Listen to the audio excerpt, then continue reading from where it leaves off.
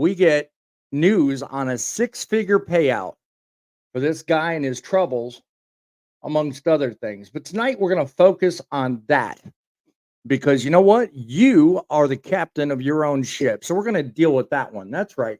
OSHA came down on a company that fired a driver for retaliating against company individuals pushing the limit on schedules and demands of a driver behind the wheel. The driver paid the price by losing his job, but saved his health and his life. So let's talk tonight about that and other things. Greetings to you all, truck lovers, truth seekers. I am Boss Man, the CIC of the United States of Truck, and I'm opening the best call-in show of all time. Coming to you with a skill granted by God himself to restore your faith in broadcast talent. Letting you know with no uncertain terms, there is a way to make trucking great again. I'm taking on the mainstream media, fatigue behind the wheel, and other issues that are giving you a way to show others where to begin. Shall we begin? From the headquarters of the Truth in Broadcasting Network, introducing Truckin' City Journal and the El Rushbo of Truckin' News, Boss Man.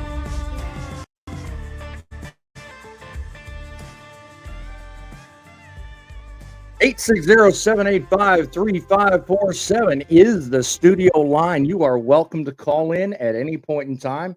Give your 2 cents on what you think trucking should be about. Email us at thatstruckingnews@outlook.com. That's truckingnews@outlook.com. We are broadcasting once again from inside Truckin' City's headquarters here in North Carolina. Viewer contributions are the backbone of this channel and our format. So I urge you, take a moment, go down, subscribe, hit the like button, go forth and spread the word. Tell your brother, your mother, your father, everybody out there, and most importantly, your brother in trucking about finding greatness in action.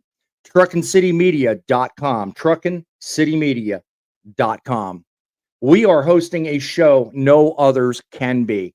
Go forth and look, and you will not see another news show like this anywhere on the dial. We are capitalizing on the faith of you in the audience and the truth in broadcasting. Some headlines worth talking about, though they're not going to be the focus of tonight, but something I thought I'd bring to your attention. The American Journal of Transportation highlighted an article about women in trucking announcing their finalists for this year's Influential Women in Trucking. Okay, 3 women featured are Lisa Gonerman, Vice President of Enterprise Services, TA Dedicated, Sherry Aberg, Chief Operating Officer, Transport Enterprise Leasing, and Tracy Rushing, Executive Director of Safety for RE Garrison. The link to the story is below on this headline. And I'd like you in the audience to tell me in the comments if you'd like me to look up and feature more on this show in future shows or on a front line. Let me know what you think. I'd like to hear your thoughts. Another story worth mentioning, ATA president calls on carriers to, quote, stick together, get loud, and kick ass. Well, Trucking Dive called it out. They said that during roughly a 25-minute address in Nashville, the association's chief executive director encouraged carrier leaders to get involved in helping to answer a fundamental question posed by the election upcoming and a slew of other issues too. Looking at the effects of the election on trucking, maybe more. It's a story worth looking at. Tell me in the comments, what do you think this means for trucking? Would this and more make your day on a future show? Let me know in the comments below. But today we have front and center at least 4 different four different poets, one included, but 3 others in trucking that have their own opinions. We have Fate Trucking, we have Larry Trucker, we have Thumper and Bo, of course, one and the same, and we also have Poet from the North. who can't make up his mind how he wants to log in. Get your stuff straight, poet. We'll be with you shortly. Everyone on this panel has a unique opinion and a perspective, and I welcome them to the panel to talk to you about how these stories affect you. But this is all about you. So do take the moment and time worth putting comments in. Take a moment or two. Also, recognize we have a studio line here dedicated to you calling in and letting us know what you think. We are here for you. And today's topic is one that I think is of utmost importance. So I would like to get to it without any further ado. Let's start the show and get on to my opening thoughts.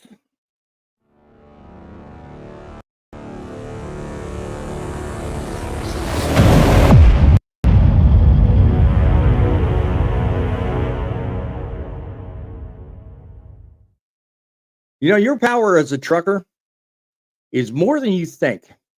A lot of people don't really take that really full well for granted. A lot of people just don't know what they need to know. And today's show is hopefully going to give you a little bit of a perspective on that. What we have here is we've got a truck driver, one of our own. This guy was pushed beyond limits. He was told he had to do this and that a certain way. And he's pushed to the breaking point by a company that saw him as nothing more than just another tool, cog in the wheel. According to an article in FreightWaves, this gentleman was forced to ignore hours of service limits, disregarded when he spoke up about his health, and punished him when he refused to put lives on the line.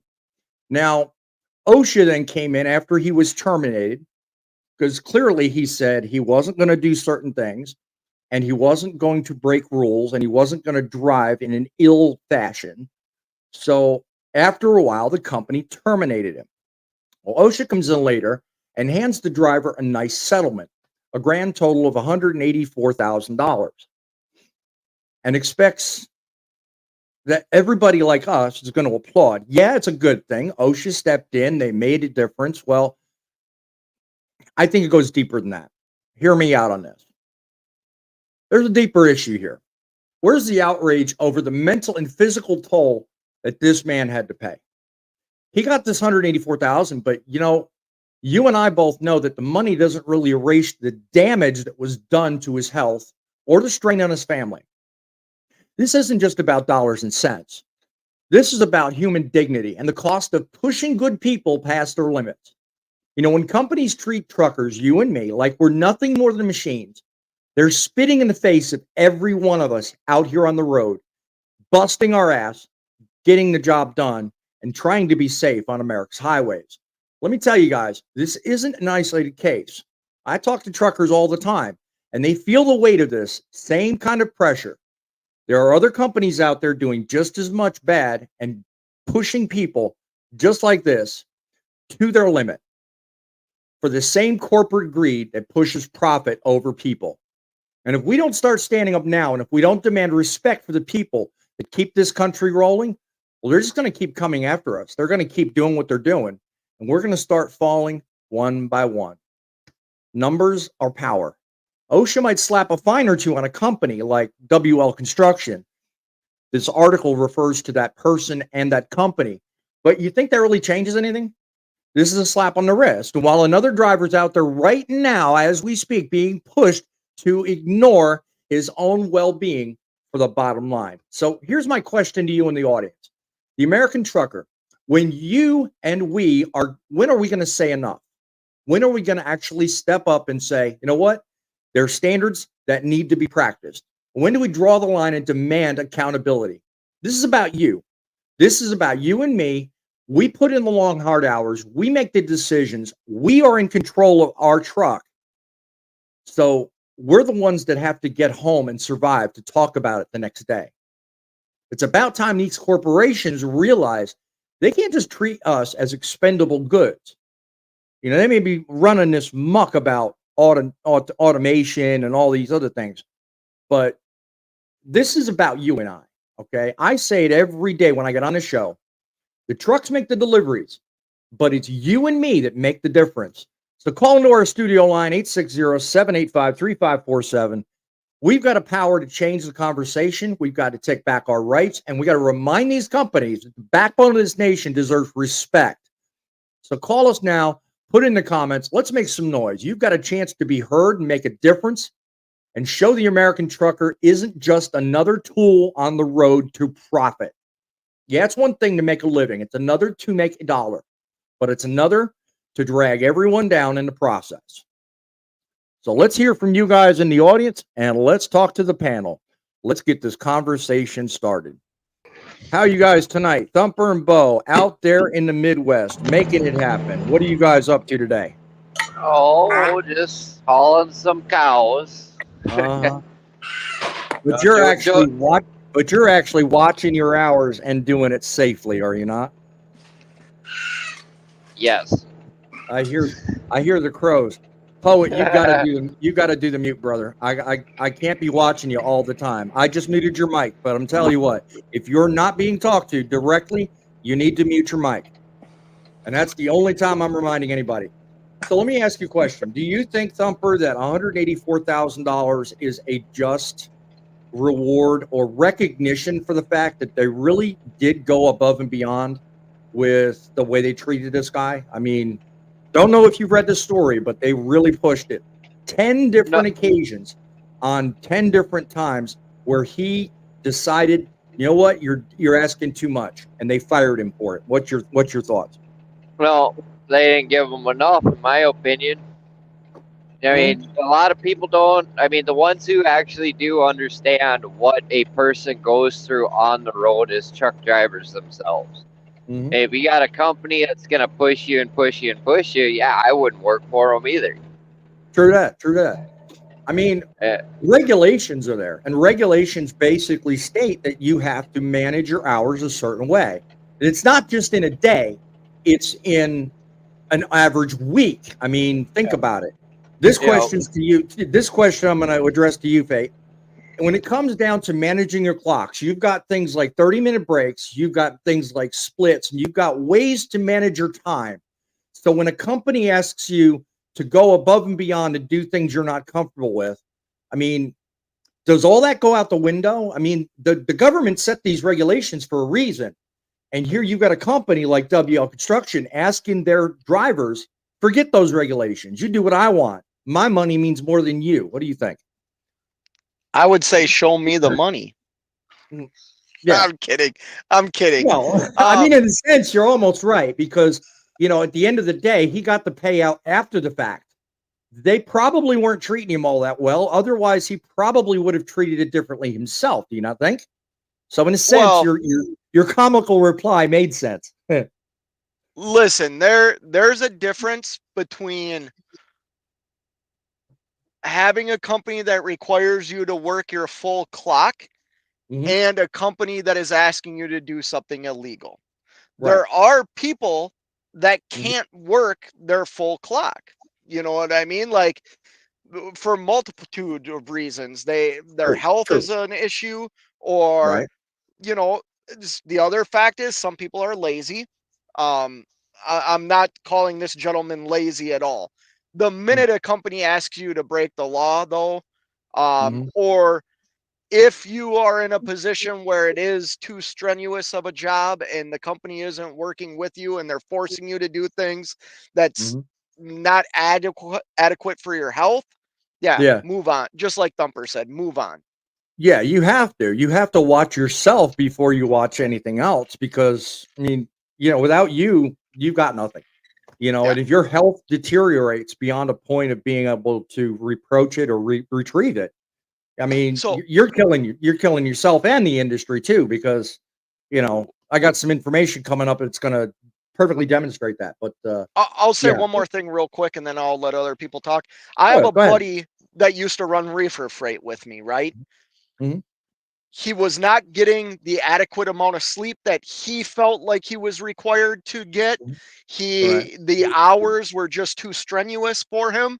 So he made a decision to leave the reefer game and truck in a different type of, different type of trucking. You know what I mean? That's more you know, you're delivering during the daytime, you're sleeping at night. You know what I mean? Yeah. So Yeah. do what works for you. Don't You break have the law either. great advice. Great advice. I mean, you have to do it. I mean, in terms of this question goes to you, Larry. In terms of rest breaks, we talked about a minute ago. Do you think that in the trucking industry, this is just suggestions? Do you really think that maybe companies don't really care? I mean, in the case of WL Construction and paving, the driver was forced to operate beyond hours of service, ignoring federal rest requirements, and rest breaks were viewed merely as guidelines by some of the companies in question and some of the people talked about. Then they were non-negotiable. I mean, what happens to these guys when they're told and pushed beyond their limits for the sake of profit? I mean, breaks are there for a reason. What do you think, Larry? Well, it's no different than bigger companies doing the same thing. Your Right. bigger companies like Warner, CR, England, Swift, they all have that forced dispatch. That's included in that. Well, But yeah, even here where I work at, we have Yeah. forced dispatch. right. They want us to run 11 hours a day Mhm. and try and do our split breaks every time. Right. Well, your split breaks are only going to get you so far. Sure that. Well, let's I mean- let's talk about it. I mean, how efficient, if used correctly, can split breaks really be? I mean, come on. The idea of it being there was mainly designed because people were held back so much at shippers and receivers. So the idea of using split breaks is designed to actually ease on the fatigue. Now, I don't know enough about the article other than what it said. It was a FreightWaves article, which is linked below. But I mean, was that even utilized? Was that even thought of? Was it even brought up? Didn't really say in the article. But how many of us really utilize it? I personally don't. I don't have a need to. But was this guy? Don't know. But as you point out, they're there. Well, why not use them? And I don't really think, not that I'm speaking much other than Warner, because I worked with them briefly. Warner really didn't push me on the whole break thing, the sleeper split berth thing. They really don't push that. I mean, yeah, I mean, they do force dispatch, so you're right on that. But whether they came back on it, I don't know. I don't know if they've changed that over the years. Really can't tell you. So I don't know. Your experience may be different with your current carrier, Larry. So, but that's I don't know. If anybody sees different or experiences different in the comments, please let me know.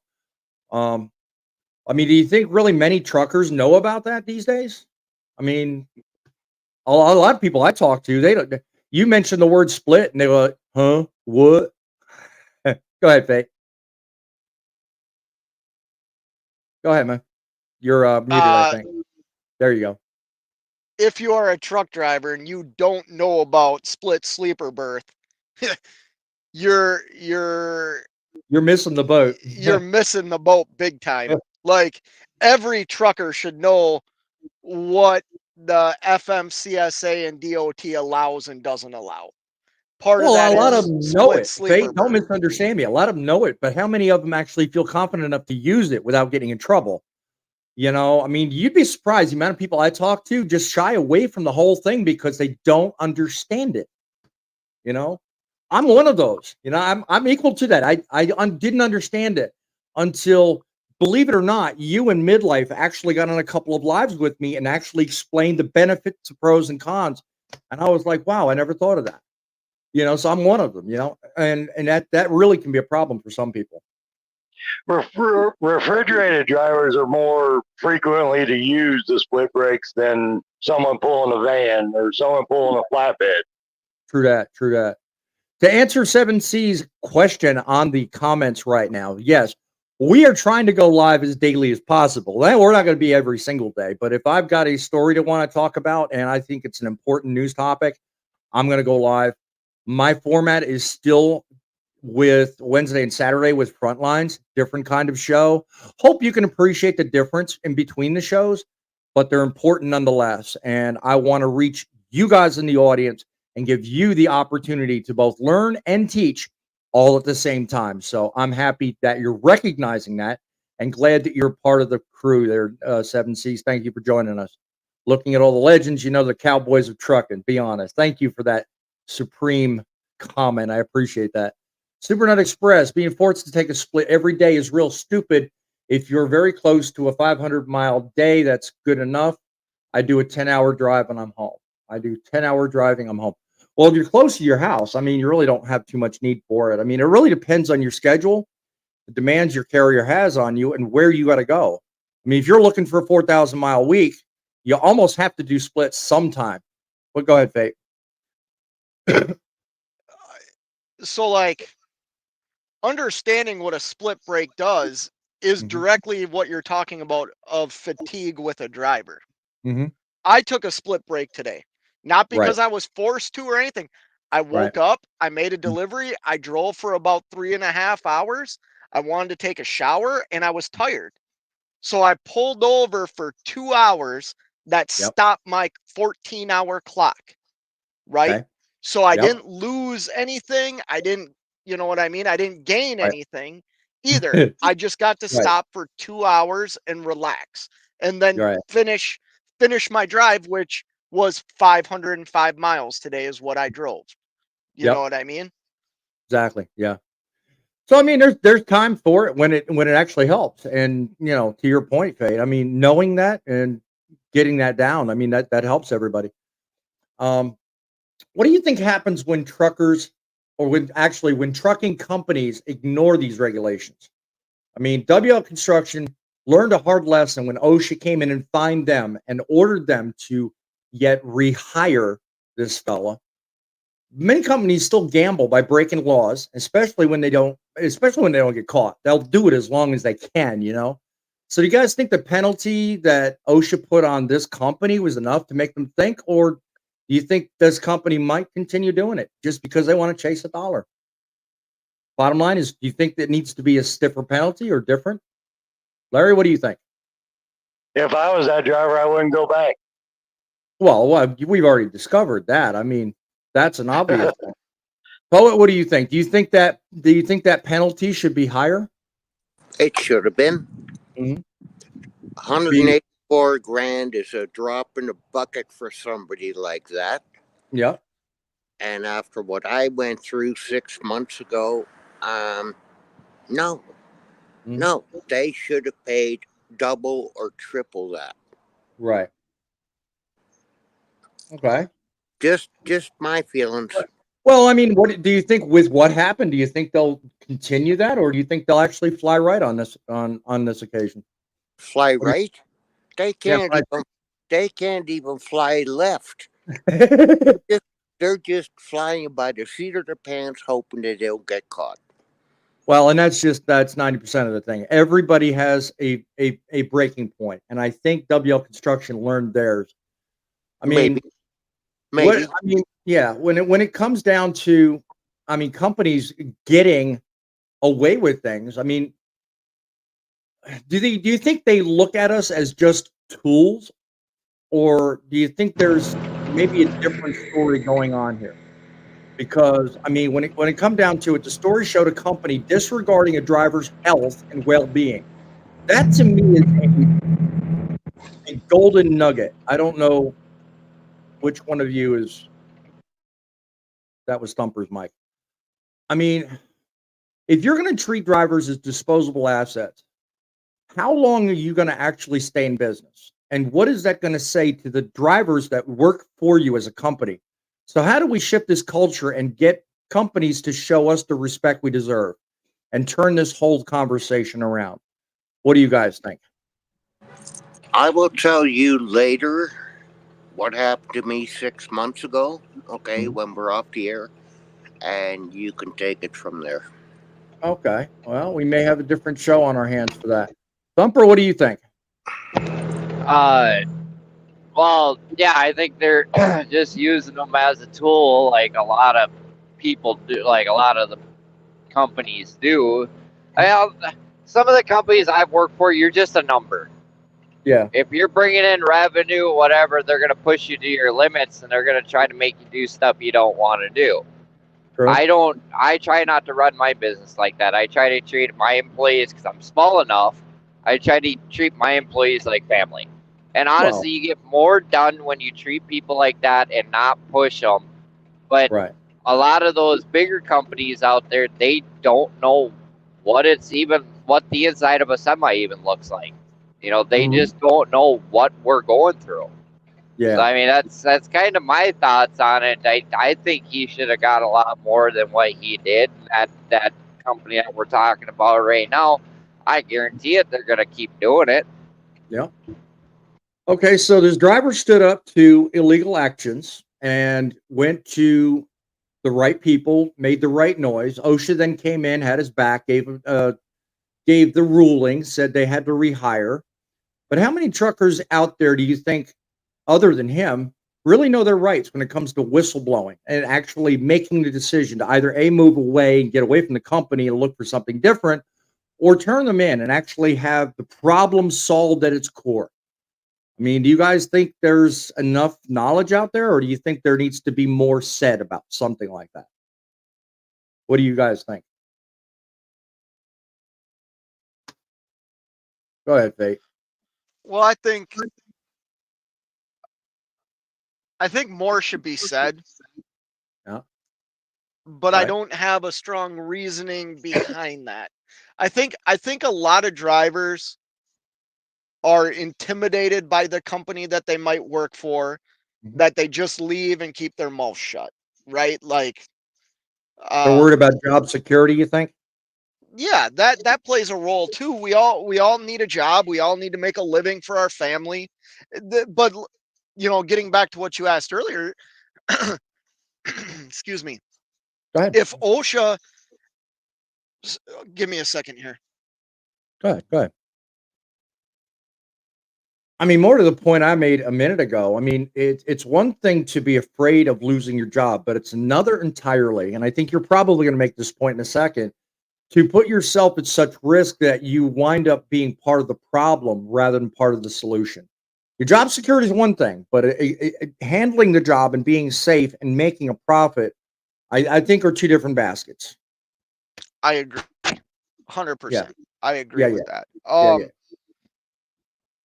If OSHA was able to prove that they violated DOT federal law with the Mhm. hours of service, if they were able to prove like labor law violations, $200,000 settlement plus having to rehire somebody, in my mind, isn't enough. But I'm also a believer, because I operate legally, that if companies are caught operating illegally, they shouldn't be allowed to have DOT numbers. There should be a suspension of that DOT number for a while.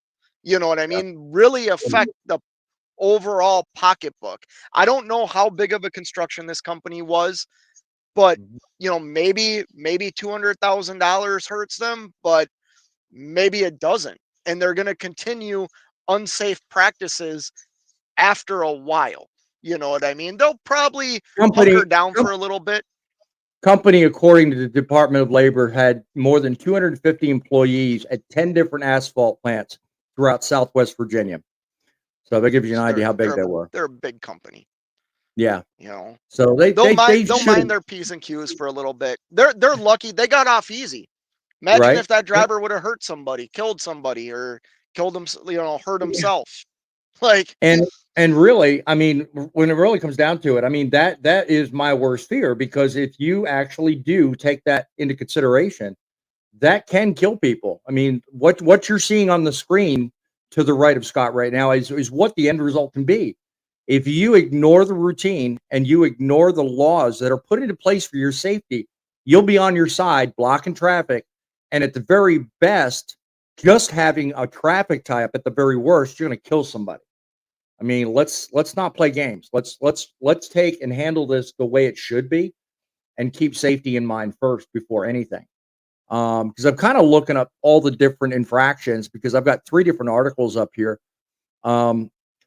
As far as I remember, a different article I seen a while ago, there was 10 different infractions the driver himself had relating to attendance records, which was their stance with why they fired him. But the 3 that caught OSHA's attention were driving fatigued, and they were based in 3 different circumstances where he turned down loads because they would have extended or required him extending his hours of service to such a point where he was either been late or not been able to fulfill the load contract. So that comes part of the discussion of what do you do with service failures? And apparently, one of the things I remember reading on this article that particular company was big on service failures, and they would fire you if you were part of that or breached a contract such that happened. So the 3 different occasions this company noted he did that, and it was purely, according to him, for reasons related to his fatigue and his ability to fulfill the contract before him. So kudos to him for making the right call, but because of that, they fired him, and OSHA said, nope, that was wrong. You broke the law. Because fatigue driving is not one of those things that legally you're allowed to retaliate against an employee for managing. You can't do that. That's against the federal law. So that's why we're talking about this. Now, let me ask another question. Do you think OSHA is doing enough to protect us? They stepped in and penalized WL, but my question is, do you think they're doing enough overall to hold companies accountable? Do you think they provide truckers with enough resources, like the knowledge, like we're talking about right now, or do you think more needs to be done to support us? Larry, what do you think? You've been awful quiet.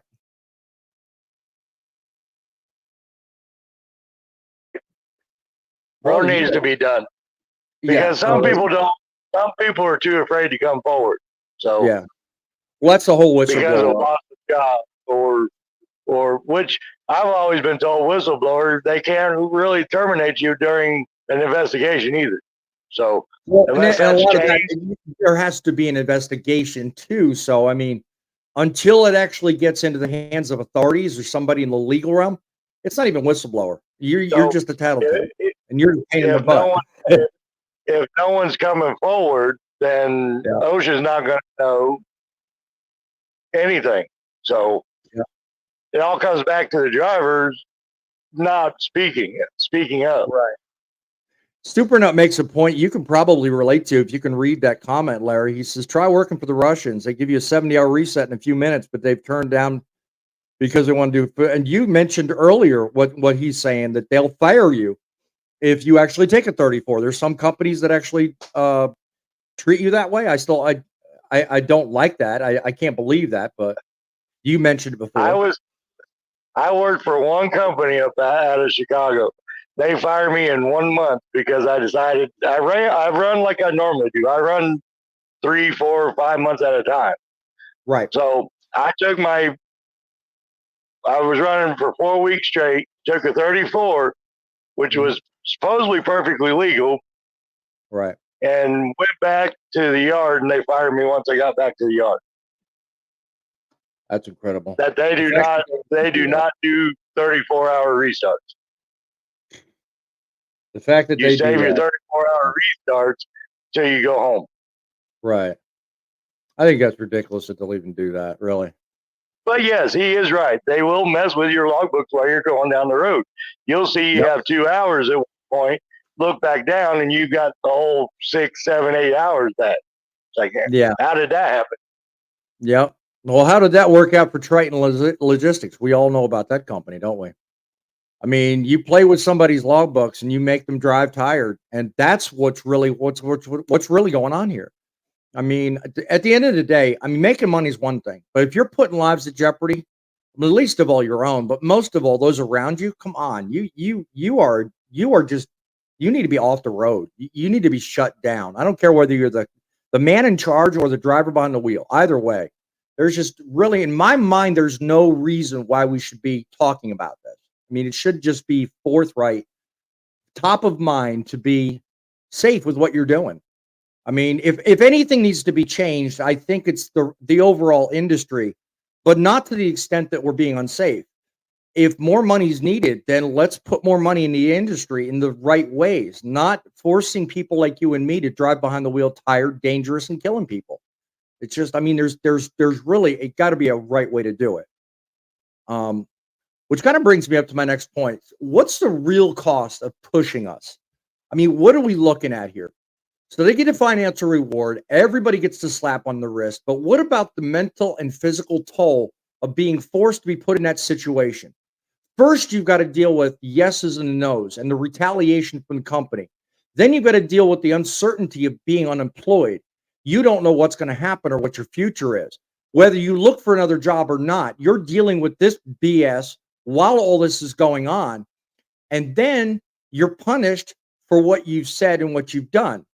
But then all of a sudden they come back and say, okay, you're good, no problem. They give you this cash alert. But what about in between? Between the time it started and the time it ended, think about what this person's gone through. And think about what others in the industry around this situation are going through too. Thumper, you mentioned the other day that mental health is a huge concern and often overlooked in this industry. What about this? This goes a long way to proving it's sometimes unavoidable. Well, I mean, it is. I mean, if you sit and think about it, we sit in the trucks for weeks, in Larry's case, months at a time by ourselves. And, yeah, I'm fortunate enough I got Bo with me. That kind of keeps me a little bit sane. But, it does. You're in a truck by yourself.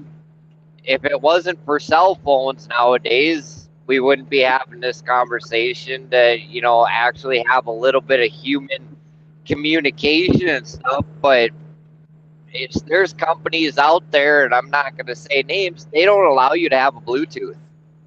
Yeah. You can't have a headset. You can't use your phone. You can't do nothing. That's automatic termination. So you got to sit there and think all a guy's got is a radio and stare at the road and then talk to his family, girlfriend, wife, kids, or whatever the instance is, only for a couple hours a day before a guy's got to go to bed. Yeah, I mean, it takes a toll on a person. Yeah, I mean, aside from the obvious, what we're talking about here, how does that type of situation and treatment impact the driver? I mean, you got on the one side just the emphasis to the fact that we're out here doing the job we're doing. Then you put on the added stress of going through something that really you don't need to go through. I mean, that has a huge impact on your health. It really does. And honestly, that's what the FMCS is there for, is to try to keep everything on a schedule so you're not so stressed out. Yeah. That's why we have our hours. That's, that's why we run a logbook and all that stuff. Yeah, they can only do so much. I mean, it's got to be a real big case and under big time investigation before actually something's involving them. I mean, really, they seldom get involved unless it's really big or a lot of death or some major catastrophe happens that they have to respond. So I mean, that can be really a problem. I don't know. There are people out there that push their employees past their limits, and I do not agree with that. I mean, I always say it, and I think I've heard you say it before. You're the captain of your ship. You cannot. Well, I shouldn't say you cannot. You can only do what you can do. Do not let them make you do what you don't want to do. Exactly. Because the outcome of stuff like this could be very traumatic.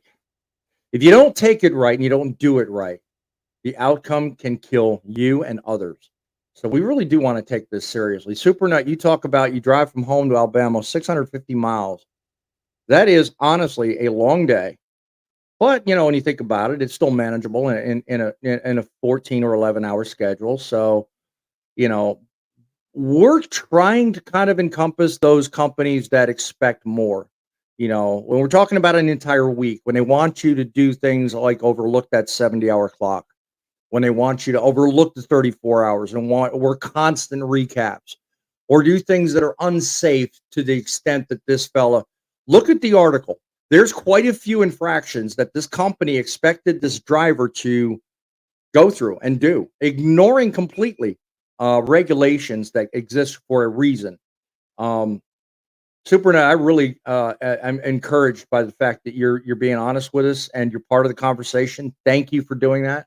He says, I can't make money, 18-wheeler offers. I can't make money on a standard 7-hour clock. I'm going to do something different. I hear about these companies in Chicago resetting drivers' ELDs. Shouldn't have to work like that to make a check. Exactly what I was talking about a minute ago. If you're working for a company that's fudging your clock and putting you under the gun the moment you cross the scales at any way station. Red flags, my friend. It's unsafe, uncalled for, and you're the one that's going to have to answer for it. The company will eventually, but they're going to get you first. You are the first person, as I say on my 2 shows, weekly, Wednesday and Saturday. You were on the front lines. It's the reason I named it that show. You're the one that gets the crap first when things go south. So you guys really have to be on your guard. Bo, did you want to offer something to the audience? Yes. You got on? Yes. Yeah, go ahead. Go ahead. I seen you put your hand up. I've been looking at some of Super Nut Express's comments. He's worried about a $2,300 or $2,500 escrow that they're going to seize. Okay, what is $2,300 or $2,500 against your life? Yeah, well, I don't know what this escort business is. I don't know what that's all about. Maybe that's something to do with their lease contract. I don't know, but it could be something that simple. I don't know. I think it's escrow. Could be. Yeah, it could be. Yeah. Honestly, legally speaking, escrow, if you put in escrow to manage maintenance, they're supposed to give it back to you. They're not supposed to hold it. Exactly. If I'm wrong in the comments, either one of the panelists, let me know. Please. My understanding is escrow goes back to the person paying into it. So he shouldn't worry about that.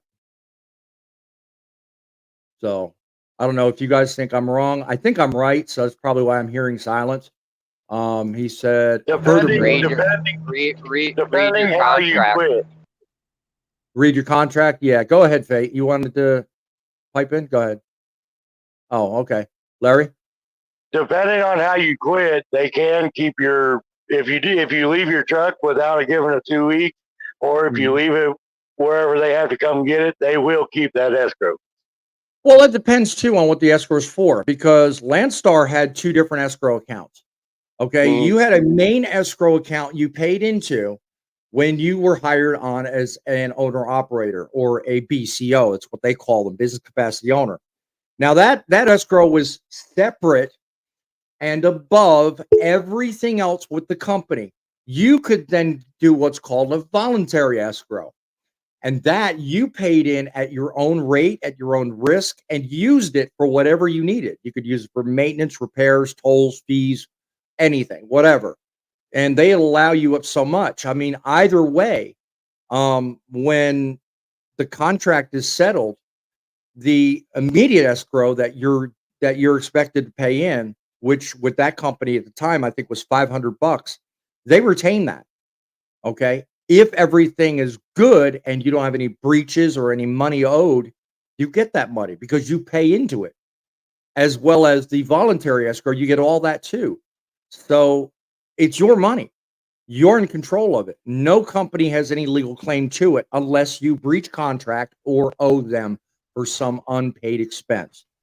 Hope that clears that up. Great. Did you have anything to add to it? And Super Nuts' new comment right there. Stay away from the Chicago companies if you can. Yeah, please. Yeah. They're all in one building. They're going to treat you all the same way. Yep. So they will fire you for the littlest thing. They will too.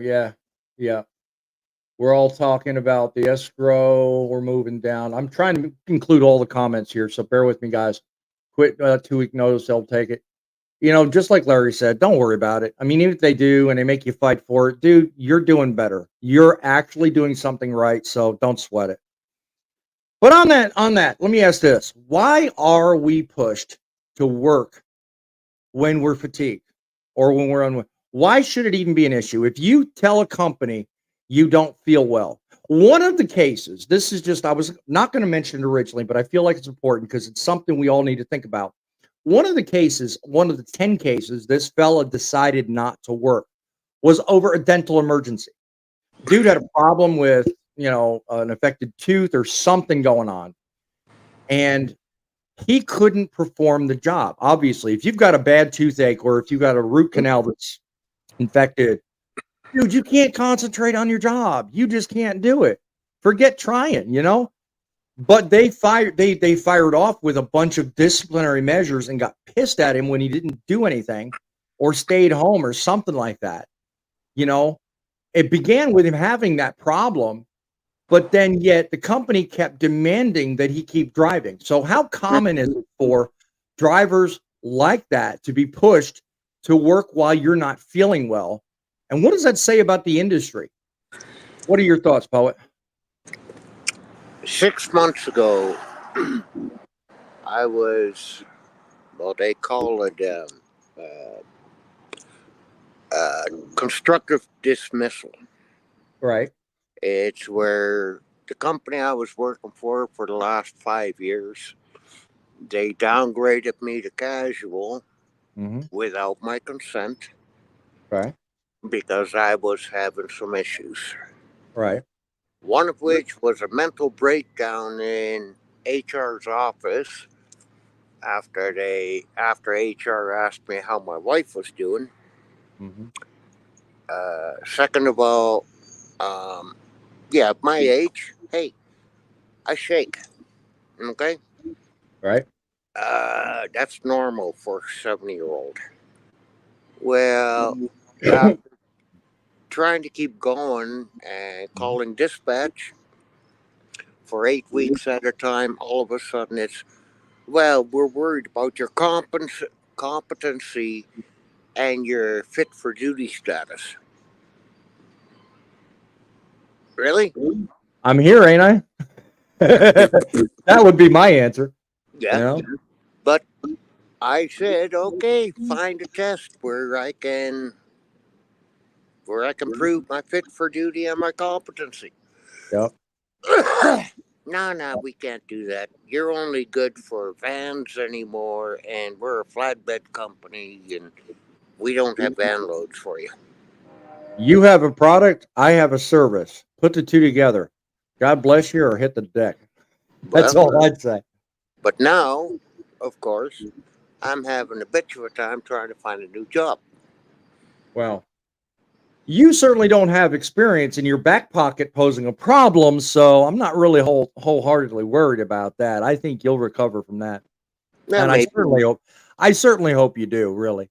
18-Wheeler says these days as a truck driver, if you have an accident with injuries or death and you have violations on your clock, trucking, health, etc., prepare for a prison sentence. Yes, that is at the end of the day what we're trying to avoid. I mean, because really, it's a job.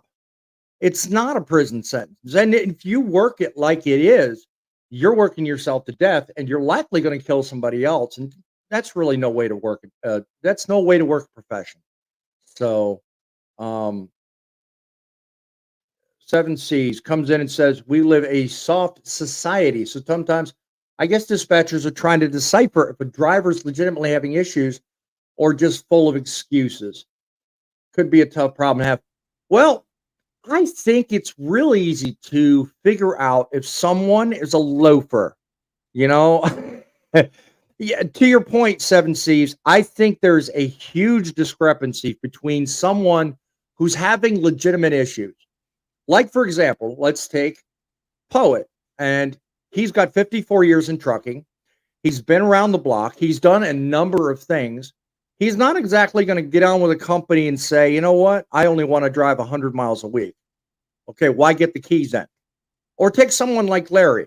He's in a reefer truck. He's got his own responsibilities. He's got to make bill payments. So we need to give him something that's going to do.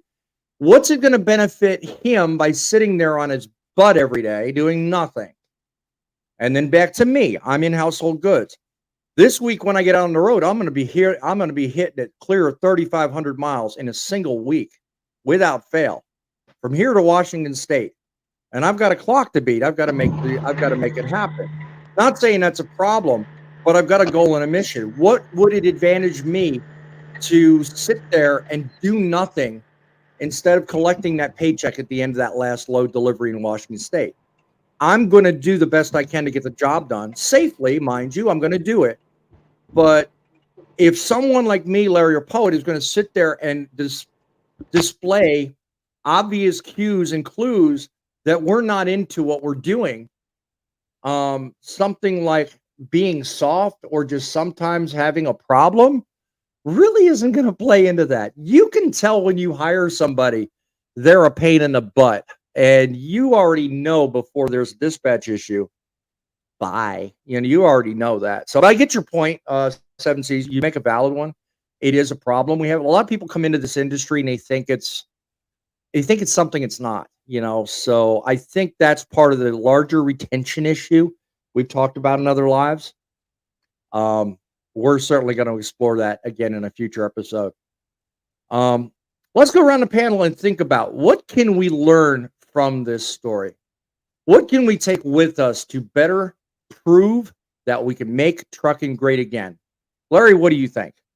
What do you glean from this that we can take with us and make something happen positively or pull out of it that gives us the independence we need and still gives us what we need to get the job done? What do you think?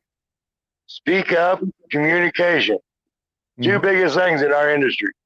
Yep. If something don't feel right, ask questions. There's no wrong question in this industry. That's the true. only wrong one is the one that's not being asked. It's very true. Very true. Very true and very pressing.